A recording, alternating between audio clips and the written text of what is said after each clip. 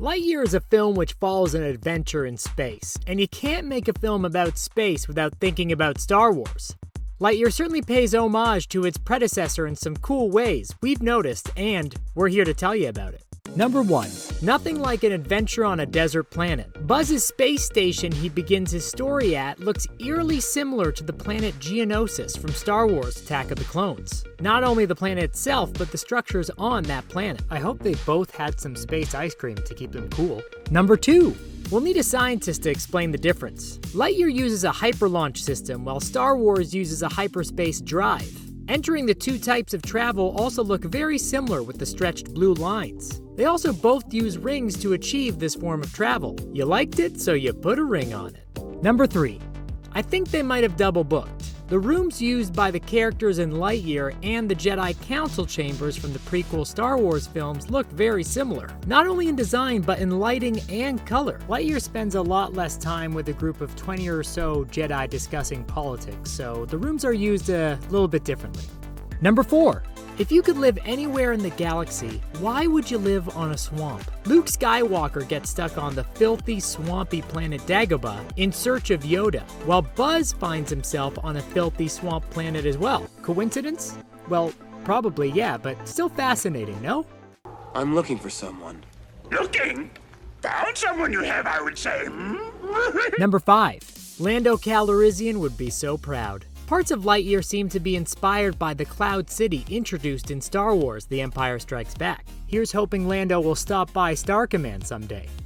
And how you doing, Chewbacca? You still hanging around with this loser? Number 6. Tentacles are basically the new quicksand in how often they become a problem. Buzz Lightyear and his team seem to be constantly attacked by tentacles, while our heroes from Star Wars also seem to have tentacles appearing from nowhere, ruining their day. Tentacles are very in when it comes to space aliens. Number 7. Which is mightier, the saw or the saber? The characters in Lightyear use light saws to cut away at their foes, while we all know Star Wars were the first to popularize light-based weaponry with the lightsaber. Do you think to get a nice close shave that the folks in Lightyear use a light razor? What? Number 8. No, Buzz.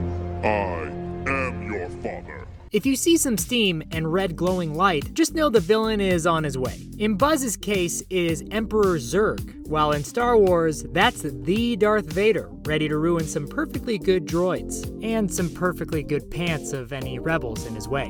Number 9. Which do you prefer, to infinity and beyond, or may the Force be with you? When you're a space pilot about to embark on a new journey, you've got to say something cool to your friend. The question is, which is better, Lightyear's catchphrase, to infinity and beyond, or Star Wars' famous parting words? May the Force be with you. See you later just isn't cool enough for space adventurers, you know? Number 10. Gas is so 2000 and late. When you're a space explorer, you need a cool modern power source. Which would you use to power your space shuttle? Coaxium from Star Wars: A Solo Story, or crystallic fusion from Lightyear? By the way, they look like they're the same thing, maybe? Number 11. Space Villainy 101. If you live in space and you want to do something evil, you're gonna need to have about 10,000 nameless soldiers at your command. You can go with Stormtroopers from Star Wars, who famously cannot hit anything, or these tough-looking soldiers from Lightyear. I prefer the red glowing eyes, for sure. Number 12. And of course, nothing is more important in a space adventure than some cyborg comic relief. Buzz Lightyear's sidekick Socks tells him he regrets being there. Buzz, that was utterly terrifying, and I regret having joined you. C-3po from Star Wars tells Han he hates being there. Oh, this is suicide. There's nowhere to go. It's what robots do. The cat is cuter though, in my opinion. But Star Wars does get C-3po and R2-D2, two sassy robots for the price of one. Number 13. Piloting a starship ain't easy. Both films have near-crash experiences with Buzz and Han Solo respectively, barely saving their spaceships from crashing into these mountains. What's with space heroes and trying to find the closest mountain they can potentially crash into? Pull up! There are just some things you need in your space epics, and Lightyear and Star Wars both got them. Did you notice more similarities between the two films? Let us know below. If you liked the video, please like and subscribe so you don't miss out on more videos, and thanks for stopping by The Things Animated.